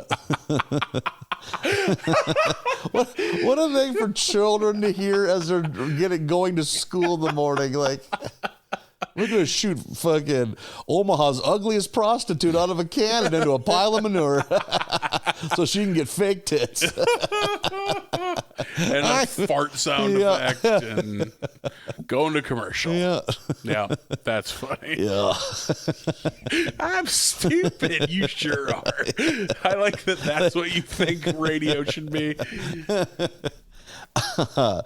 So they're trapped in traffic because they're going to go on a vacation. So they're just kind of in gridlock when they see a young couple hitchhiking. Who it's the awkward, pimply-faced boy. It's a squeaky-voiced teen. Good for him for finding love. Yeah, with Beatrice is that girl's name. Yeah, and it's Marge's idea to pick him up. Yeah, let's pick up those hitchhikers. They don't look too stabby, or whatever she says. And they pick him up. They're in the back seat, and they're a little bit of canoodling. Right, I think is kind of what makes Homer and or Marge kind of reminisce about their days as a young couple. While at the same time having a little bit of like, hey, knock it off back there, you two. Yeah. A lot of reminiscing in this episode. Boys are ever, boy. And I was starting to get the Linda Hamilton and T2. Like, oh, here it comes. Here comes a goddamn flashback Is this episode. a goddamn flashback episode? Kinda, yeah. Yeah, it is. Yeah. So cut to, we get a teenage Homer and Marge. And they are on the road, and they get picked up by a newlywed couple, Ned and Maude. So this is the first time we've heard Maude's voice in a long time. Because remember, they killed off Maude because they had an issue with the woman who provided the voice. Yeah, that voice actress. They had some manner of dispute, and she didn't want to live in L.A., I think is what it was. Yeah. So they decided to write Maude out. But we got Maude back. And so that we get to see the Simpsons as a young couple, and we get to see Ned and Maude as a young Ned, already fucking pretty cut. Kind of beefy. Young Ned is really drawn as a beefcake. He's basically, they got a little bit of a mullet kind of. Yeah, little long hair, yeah. The hair in the back's a little longer than it is now. So and they're already very Christian-y. Oh, yeah. So that's them. They don't want none of that smooching back there. It's like, oh, if you're a married couple, you can't be doing that. You got to get engaged. And he says something about how much he doesn't like wordplay or something like that, which I think is funny. That we know Ned of all people. We know what Ned will soon become.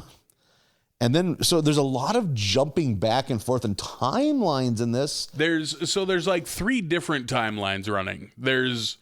They're currently headed to vacation. With the kids. There's 20 years ago where they're picked up by Ned and Maude. And then there's this one 5 years ago. Yep. When Homer's got a little bit of hair, the kids are teeny tiny. They're going back to the lodge where they first went as teenagers. Yep. And that's how that story begins. We get Homer's got a little bit of hair. And then Patty and Selma are with too. Yeah. Until they get thrown out of a moving vehicle. We get the line, eat gravel, hags, which I very much laughed at. And then what the story is, it's like, well, that was short-sighted. They're the only ones that know how to get where we're going. Yeah. So that's how that storyline begins. Now they're on foot, and they stumble upon this swanky, I don't know, big cabin party? Yeah, like some manner of millionaires club. It's a big, beautiful home out in the wilderness somewhere. And it's a very, very swanky party. And like Homer is immediately, that's his jam. Free food, free treats, free booze, you know? And he immediately, I don't even know how he meets the woman, but some pretty lady and him kind of hit it off. Yeah. I don't know if it's some pool shenanigans. Just bumps into her like he's carrying 2 drinks, but they're both for him. Oh, but and she's like, oh, one for me? Yeah. He's like, no, get 2 of your own. Yeah. He doesn't even lean into it. No, but she's... and then immediately, oh, you're funny. And then we're off and running. And of course, Marge is not thrilled with this. And there's some manner of hijinks. Oh, it's a shrimp fight or a sushi fight. Sushi fight. and Marge gets pelted with sushi, and I think she maybe gets splashed inadvertently. She's not having a good time. Yeah, she's having a rough go. She's watching her husband frolic with another woman, which never a good way to enjoy a party. Before you're covered in sushi. Yep. Yeah. And so she goes to change because, again, she's covered in sushi. Her hair's all, down as opposed to the traditional Marge updo. And that's when the goddamn suave European who owns the place swoops in. Alberto has this fancy evening gown for her to wear because he's like, when I saw you, I thought you would look perfect in whatever weird fabrics that Europeans wrap themselves in. And then again, it just jumps around so much. Like, I don't know, at this point, we might go back to when they're a teenage couple.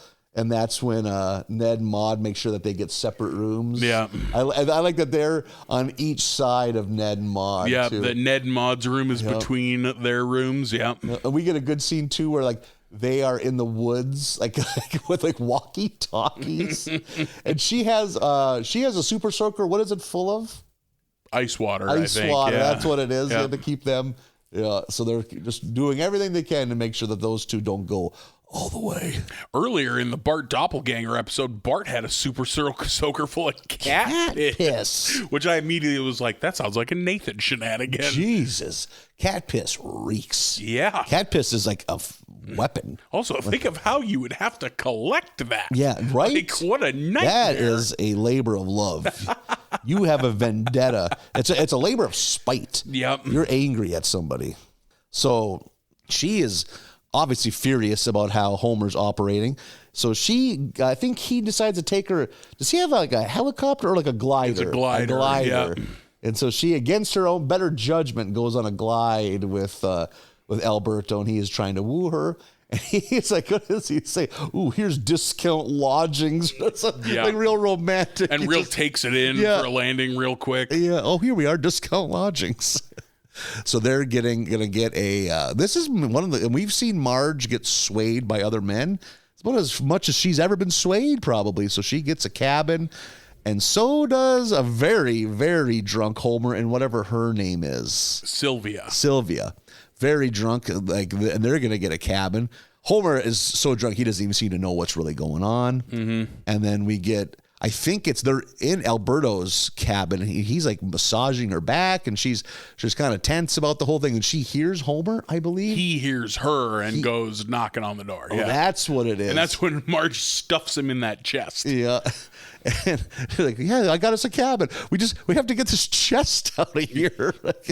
And he drags that outside. And then Sylvia comes back and he panics and puts Sylvia in the chest, which is so great. Locks the two of them in that foot. I think Marge puts a cinder block on top of it. Homer does. Homer comes out, puts a cinder block on it. So they've both managed to not let the other one know that they're here with someone else. Yep. So that's when we cut back to now. They're going back there. That's where the vacation was going this whole time, was this cabin. Yeah, which we've now seen when they were teens and just 5 years ago, and now. And then who pulls up but Alberto and Sylvia and their brood. Yeah. And they're like, Homer and Marge, if it wasn't for, us in that steamer chest. What a meat story. Holy shit. We were both screwing married people. We got put in a steamer chest together. And we've been together ever since. And they got kids and everything like that. And Homer is just out. This is Homer blowing things out of, like, he's just as bad of a person as she is, but since Marge is always good in his head, that means it's extra wrong when she does something wrong. And he has managed to try to take all of the bungee corded camping supplies on the roof of the station wagon, and he's now wrapped in it. He's like a giant ball. Real cartoonish. Yeah. And he's just indignant. He tells, like, Alberto and Sylvia's daughter, like, kick me away from here. And she obliges. And he just rolls and then gets hit by a car on the highway. It just flies off. Yeah. So that's where they're at. Marriage is in shambles. And then it's kind of this. Well, she's looking for him, like, because I think she feels bad. But Homer should feel just as bad. But that's another episode. And then it's them looking for each other. And we might, God, the flashbacks are so fast and furious. We might get a flashback to when they're teens. Yeah. And they're super lovey-dovey and stuff like that. Like, And then it's the rest of it is just the hunting him down and finding him. And I'm just there's so much going on in this. Oh my God. Then they find the tree. That's where it all gets tied into. They find the tree where he had carved their initials in his teens. Yeah. And that makes him kind of he gets the feels back for Marge. And he had to carve it up real high because all the rest of the tree real estate was taken. So as he's climbing up and cutting it out of there, Marge comes up and she sees him and they have this moment. So this tree's going to live forever. And that tree collapses and they're crossing a giant river ravine and she has to crawl and save him because he's holding on by a flap of bark. Yeah. Which then unravels. Yeah. Like, I mean, unwraps a tree like it's fucking like Christmas wrapping paper. Yeah, and Marge is log running on top of to roll it back up. Christ, it's ridiculous. Yeah, we get a whole lot of sight gags, which I enjoyed. It was every once in a while I like a little madcap. Usually I'm the one that's against that, but for some reason I was with it on this one. Yeah, I often like some cartoon shit. And then I think it pretty much. Oh, and then there's one side story I didn't get was like. They convinced to get the kids out of their hair. It's like, ooh, they got pedal cars. Oh, they got pedal cars. Pedal cars suck. They're worse than walking. Yeah, Lisa, they're worse than walking. Which pedal cars suck. As Never a been kid, in a pedal cars, they're the worst. I can't. No, the pedals are like 6 inches apart, so you can't get any momentum built. It's just probably way too much. made that way. Yeah, that's they a good don't point. want 2 kids getting it going 40 miles an Yeah, hour. that is a good point. Yeah. So and then it's like they're a couple now. Like they're like a bickering couple. Yeah, I didn't get that with whole storyline. Maggie, the baby in the back seat. Yeah. Like, yeah, I thought it was a little unnecessary, I guess. But they needed a way for them to be there to catch them, to save them in the river. Yeah, yeah, from this log mishap. Yeah. And I think Bart like scolds them two for kissing in the back. Yeah, because he's the curmudgeonly dad now, and. Yeah, and then we get it has to be from something because the music's weird. We have them driving away, and then we have like the kids and their pedal car, and like there's like a roundabout, and they'll separate into 2 cars. Oh yeah, and then become one, and then we see Ned and Maud's car pull off and become 2 cars become one. That's a call to some show that I am not aware of. Yeah, that for sure has to be a reference to something. I thought the same thing because like. Oh, this is too specific. We get the Homer, like not furniture ball, but the Homer luggage ball rolling, and he hits there's like some kind of, I don't know what it would be, obelisk. What's the hell is a tall obelisk? Obelisk. There we go. Hits an obelisk, and he separates into 2 balls. So now there's 2 Homers apparently. So yeah, it's a call to something that I am unaware of, but I don't know. As far as flashback episodes go, the bar is so low that I'm like, that's okay.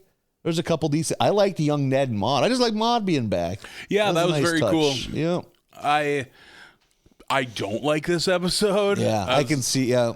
It was like, these are not for me to begin with. And like all of that Bart and Lisa being an old married couple thing was so dumb. It seemed so forced. Yeah. I was like, this one did not do much for me outside of anything involving young Ned and Maud. The whole rest of the episode, P.U. I didn't mind the party scene so much, but yeah, you're right. Yeah.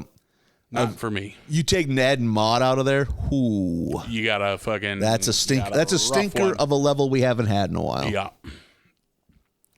Only saving grace for me was Ned and Maud.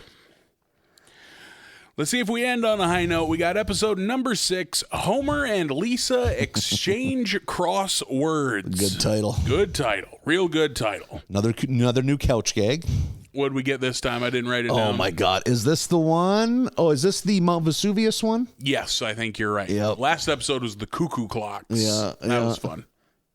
I don't know if we've ever had an episode or a season that started with non-stop new couch gags like this. We always get a handful right away, yeah. It seems like to have 5 right out of the gates like this is a bunch, but maybe I'm glazed over.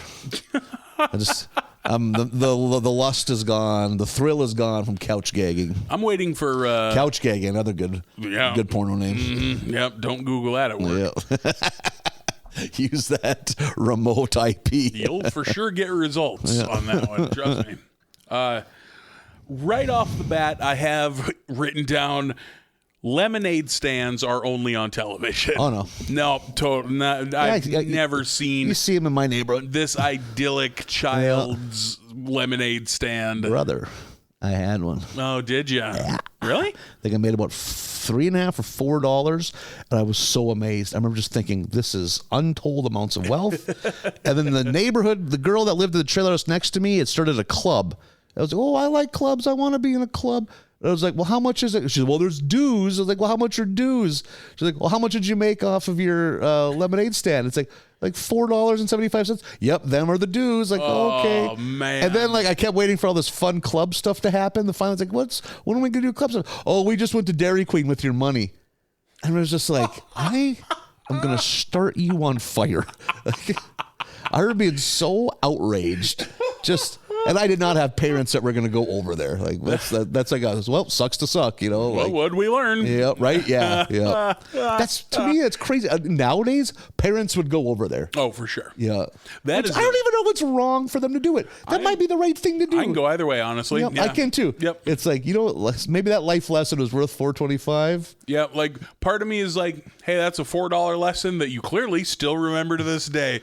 And then another part of me is like, it would not be out of bounds for the dad to walk over to that house and hit that little girl in the face with a shovel. Yeah. Like, I'm kind of good either way. So I remember being jazzed that I sold, I think, because I was like a little kid, I think my mom had to think, well, if you're going to sell out, you got to make it. And I think I made like a comically small amount of lemonade. I think I was like pouring it out of like a fucking Coke can and being real psyched that I had to get reinforcements. We need more lemonade, Mom. We can't keep it in stock. I wonder who was, God, the level of people. No, there's some decent folks in Southbrook too, I guess. But like, it's like, I can't believe I didn't get robbed. I can't believe I didn't have to play a protection racket. I can't believe that, well, in a way you did. Yeah, right. Yeah. I can't believe that after that girl swindled you like that you didn't become a super villain. Yeah, that no feels shit. Like yeah, or fucking origin or just story. A monster misogynist like radio host, like these gold digging whores. Feminism's killing this country. Yeah, I'm shocked that that's not you. I learned to love again. Yeah, thank God. Thank you. Right. So they're Bart and Lisa are running a lemonade stand. Homer goes to Moe's and because he wants to buy lemonade on credit, and they know him too well, like Mackie walking. Get walking, deadbeat. That was very fun. So while he's at Moe's, as soon as he walks in, they're like, "Ooh, you got to come watch this." Krabappel's trying to break up with Skinner, and she's having trouble, getting through to him. Oh. And Homer just does it for her. He's like, well, I can do that. And he goes over and breaks up with Skinner for her. God, and I laughed heartily during this. Like, his opening exchange with him is so good. And then later when he's like, when I say later, I mean like seconds later, when he's like trying to like kind of like soothe his wounds. It's like, you're still a single man with a good job, not weighed down by kids. He's and a mortgage. He just gets more and more sad about his own lot in life. And then he does, it works, and Skinner walks out of the breakup with a pep in his step, and Lenny's like, you're good at that. You should do that for me, too. Yeah. And Lenny's girlfriend comes in, and Lenny dives behind the bar and hides, and Homer breaks up with her, too. Yeah. Turns out he's good at this. I got to go back with him. It was goddamn adorable when the lemonade sales were kicking up into high gear, and they had to talk to their chef. It was Maggie making it in the wading pool. That was adorable. Yep, with the garden hose and the packet. Yeah. Yep. Like, how does she stir it again? I think she's got like an oar, like a boat oar. Yeah. I like the idea of just being able to witness a baby making lemonade in an obviously unclean wading pool. Yeah. We're at the lemonade stand there when the blue-haired lawyer shows up and shuts them down because they don't have a food vendor's license. I bet that happens more often than you would think. Like in cities. And it's like Prohibition era getting axed down by G-men. Yep, they do the G-men thing where they smash it up with axes and then take a photo. Sure is hot. Could I trouble you for some lemonade? Haven't seen Like, I feel like we don't see blue-haired lawyer very often. He used to show up a lot back in those days. Yeah, that's a good point. And kind of took the place of Lionel Hutz after Phil Hartman. He was often Lionel Hutz's opponent in court. Yep. Lionel was always with the Simpsons because the Simpsons are poor, and the blue-haired lawyer was the competent lawyer, it seemed like. Yeah. So their lemonade stand is out of commission. They got to go get a license to have a lemonade stand, and the line is long, and government bureaucracy is garbage, and Hey Pally guy is the guy at the booth. And he's like, I'll open the window again as soon as I'm done with today's crossword. And he's bad at it. Lisa fucking snaps, runs up there, grabs the crossword, fucking does it, like just whips through it, and gives it back to him. So Lisa's the hero because now the line can move. Yeah.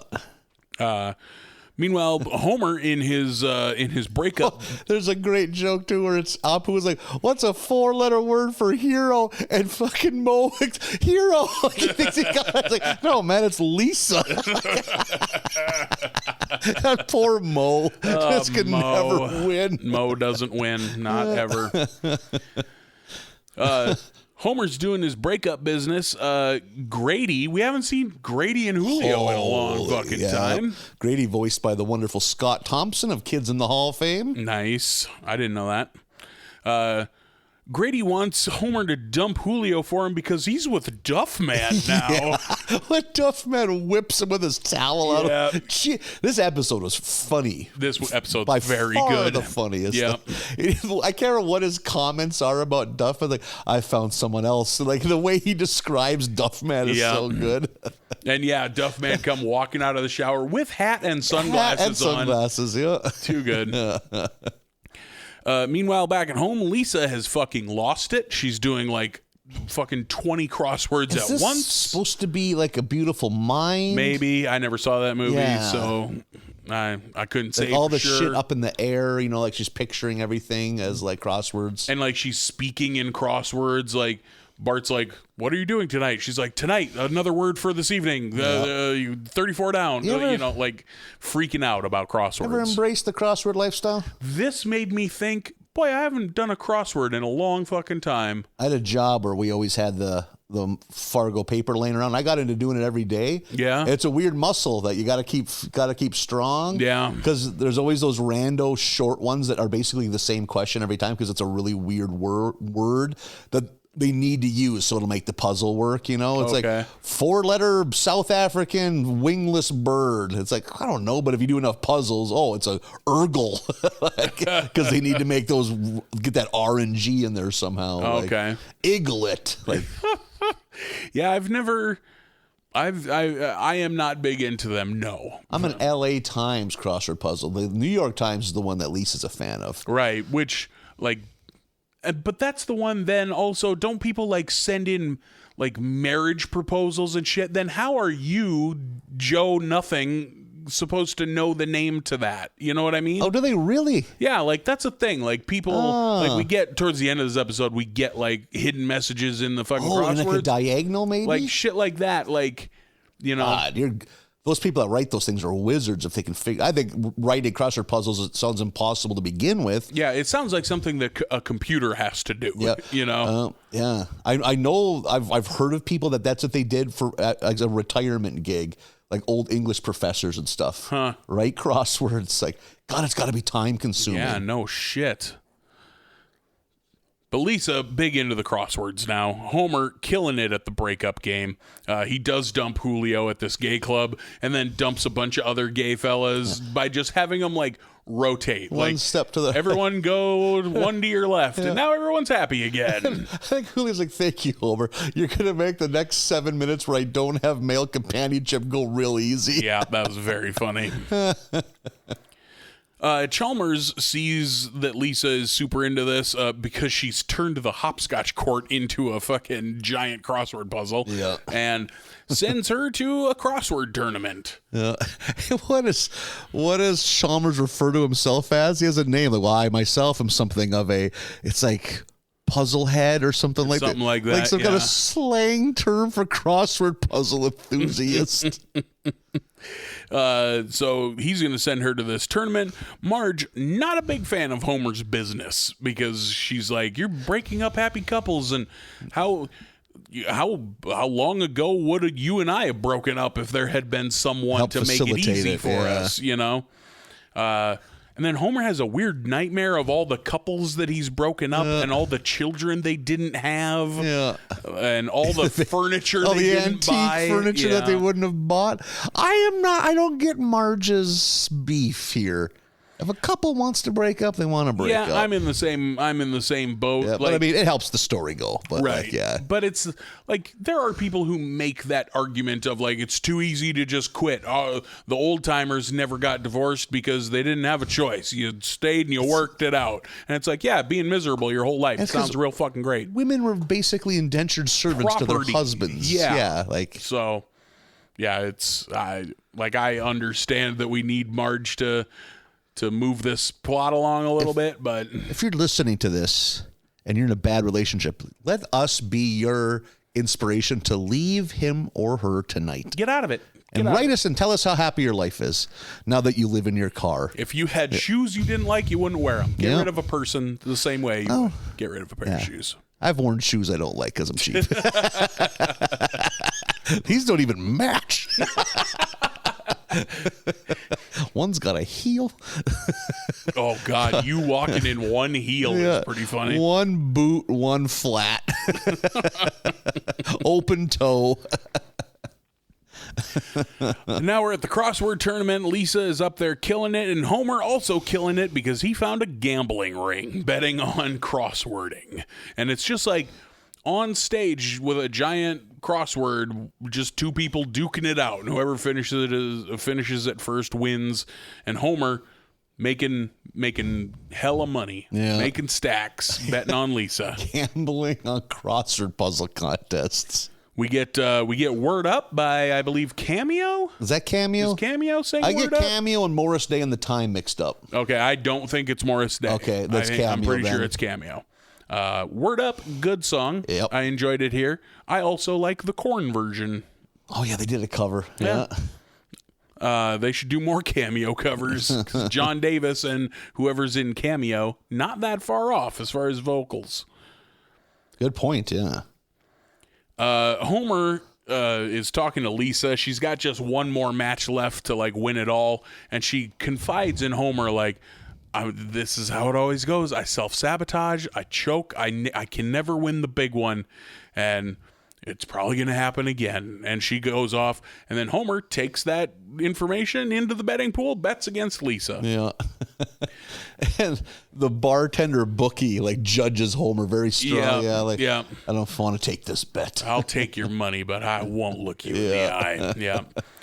And back in the crossword room, we get, before we start our final match, a moment of silence for the words we lost this year, like the words that aren't in the dictionary anymore. Skedaddle is Nixonian. the only. Yep, Nixonian. Yep. I like that they have their own in memoriam for words. And one word got a way bigger clap too. I like that. Right. Yep. Like just like at the Oscars with the dead actors. Lisa's final opponent is Gil. Yeah, who would have thought? thought? Haven't seen Gil in a while. Gil is being Gil. He's fucking tripping over himself, drops his glasses. Talking about his late wife. Yeah, it's really she's the one who always did the crossword. I'm no good at these. And when he drops his glasses, Lisa, because she's good, goes to get them for him. And when she comes back up, she's like, there's no lenses in these. Gil has completely done the crossword. Gil hustled the shit out of Lisa.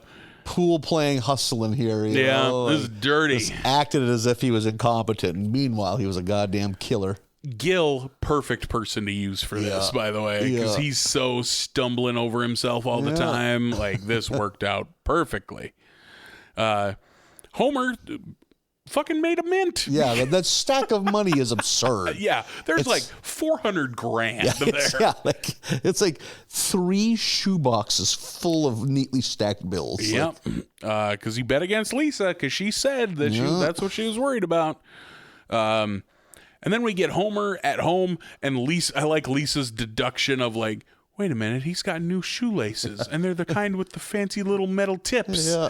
And then she sees, like, he has a new car antenna with a diamond on it. Like, it's been re-straightened. Yep, has all of these ridiculous new money things. And she asks him about, hey, did you come into a bunch of money lately? And Homer comes clean about the money and how he got it. And I love her reaction. Yep. Her just catatonic shutdown. Well, there's a quick eye twitch, and then it fixes itself. Yep. And then that's fine. That's fine. Yeah. I'm not mad. And just walks away. And then we get like 6 different scenes of him approaching her and her being just catatonic and just, I'm fine. I'm not mad. And just, she won't even look at him, won't emote in any way. Yeah. And then finally, I forget what it is that snaps her out of it, but she fucking loses it and is like, of course I'm mad. You bet against your own daughter. What's the matter with you? And says that she's changing her last name to Bouvier. Yeah. She's taking her mother's maiden name and not going to be a Simpson anymore. I think Lisa is in the wrong here because Homer just took the betting advice that you gave him. Yeah. What you said was going to happen happened, and he made money off of it. If she wasn't a little girl, a little child, but I think I would be very sad if I was a kid and found out one of my parents was betting against me in a contest. I essentially told them to? Come on. Yeah, I think the winning move is to just refrain from betting. Don't have to bet on her at this point. Because that's a sucker's bet. Betrayal is okay. Yeah, exactly. It's just abstain from betting. You don't have to bet. Plenty of parents weren't betting in this shady underground world of crossword puzzling. It would have been best just to step aside. Yeah, but you can bet with this insider information that you have and make a pile of money. Yeah, you still can end up with a sad little girl. I think she's in the wrong. Yeah, but you don't believe children are people. That's true. I don't think Homer did anything wrong here. You can't believe that he hasn't given her away. Sell her online. All 3 of them. So Homer now is like kind of devastated, and Lisa is being a Bouvier. And she's doing the crossword one day and then sees, like you mentioned earlier, like if she reads it diagonally, it says something along the lines of, Dad is sorry for doing dumb thing or whatever it says. And she's like, well, that's surely a coincidence. And I do like the quick little scene we get of her like wrestling with that. Like, I mean, there's no way, right? Like, that's what a weird coincidence. It's a weird one, but it's a coincidence. And finally she has to like go downstairs and ask. And she's like, Dad, did you put a secret message in the New York Times crossword puzzle? And Homer's like, well, not by myself. I had the help of these guys. And these guys are crossword writers for the New York Times. What the hell? Lisa even name dropped one of them earlier. Yeah, that's who these 2 voice actors, that's who these characters are. No shit. That's these guys awesome. Are New York Times crossword writers. God, that's the kind of celebrity appearance I want. Yeah. And they explain that like, oh yeah, your dad came to us and we did the thing. And then like, also says like, oh, you missed the second part of the puzzle, which is that each letter in the clues is a different message, and it's some sweet message about how Homer loves Lisa and that he's sorry. Oh, yeah. And that's the end of the episode. There's a great gag earlier too, where it was when Chalmers first approaches Lisa about the sidewalk. Or about that, and then like, well, I'm a bit of a puzzle head too. And in fact, I would like you to maybe perhaps check this out. And he hands her a flyer, and it's Bald Men's Basketball League. Oh yeah. Oh, wrong flyer. Oh, sorry, wrong flyer. God, I like the idea of a basketball league just for bald men. So great. Yeah, that's super funny. He just quick shoves it back in his coat pocket. Oh no, wrong pamphlet. Yeah. This was a good episode. This was easily my favorite of the batch. I think I laughed more in this one than I did all the other 4 combined. Yep, agreed. Like, not that any of the other ones were bad. I don't like number that 4 was flashback bad, I think, one at all. Yep. And 2 out of the 3 Treehouses are pretty much duds. The first two are fun. I mean, the first two are episodes fine. we watched were fine. Yeah, totally fine. Totally. This was a serviceable. good episode. This is a very good episode, and I like a Homer and Lisa episode. Yeah. So yeah, I was into this one. Easily the high point for me. Yeah. This is good. Yeah, good story and good gags. You don't believe children are people. Jesus. Like, I don't want to play devil's advocate about this whole Jeffrey Epstein thing. But good riddance to bad rubbish is all I'm saying. Get these kids out of here. Oh, my God. Put them all on the island. I don't got to put up with them on airplanes. You're always making me out to be some monster. Some pro billionaire pedophile ring. Well, if we look at it negatively, of course it's a bad thing. Marlin, no. Like you're just trying to clam me up. No, stop talking. There's more than one way to skin a tween. That's what I'm saying. Got his mic. Got his microphone. Yeah, this is Nathan. I just want to say, get on the record here. Certainly anti-Jeffrey Epstein. That does it. We made it. We made it through another batch. We did it. Of The Simpsons. And then on a high note, which what I have noticed, I'm sure it's just by coincidence, rarely is the last episode in a batch that we watch my favorite. I think so too. Yep. That occurred to me as well. So very rare that happens. It was nice. I needed a good laughy one because we hadn't had a lot of laughs in this batch. Yeah. But we're off and running now. We sure are. Bald men's basketball. What a thing to hand to an 8-year-old girl. I think you might be interested in this. With confidence, like, here you are. I recently went back and watched an early episode. It's the one where it might be my favorite or top 5 episodes where the Van Houtens break up at that. Oh, yeah. When they're having that party at the Simpsons house and it's just tense and it's awful.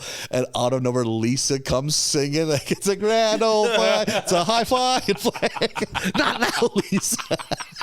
That was the comedic timing of that. Her just doing that dance. How overselling it she is. She's been preparing all night. Like 7 p.m. I come out and Here I sing. we come. Yeah. As a marriage is breaking up. It's a great, like, why a patriotic theme song? Yeah, why is that the song? Now, Lisa. Yeah. Oh, yeah.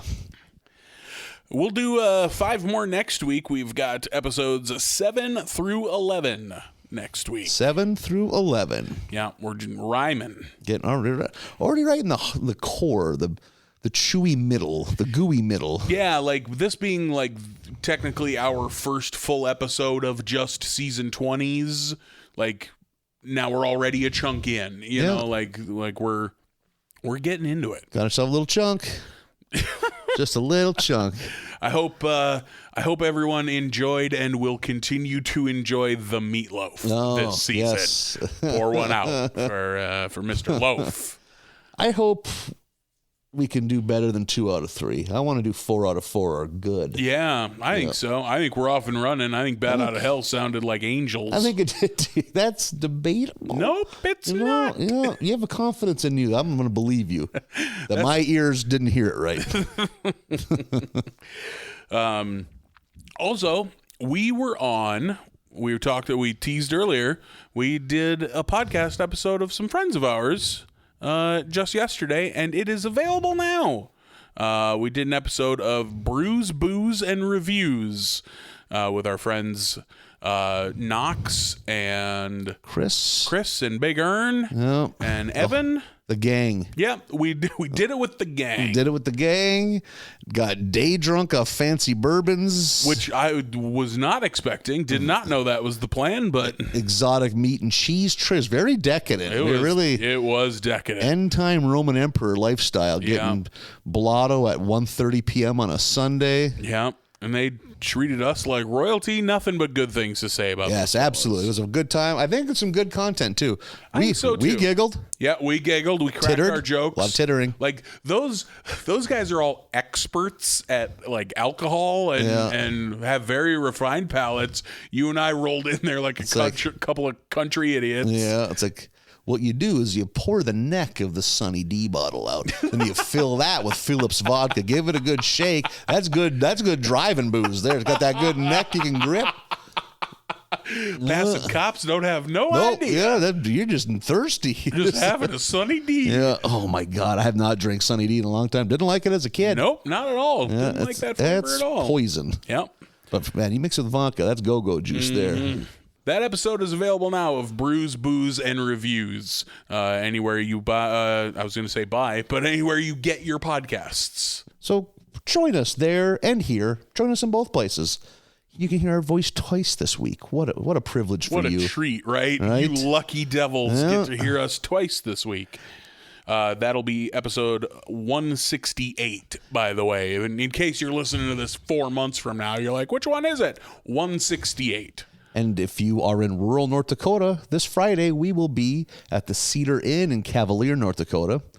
On Saturday we will be at, I believe, the Roadhouse Bar in Tappan. You are correct. Pretty confident it's the only bar in town, Yep. so just go towards the lights. Yeah, come on to Cavalier or Tappan this weekend. Tappan, home of what is, I'd say easily, the most celebrated alien encounter story in North Dakota, perhaps really? history. Okay. Yeah.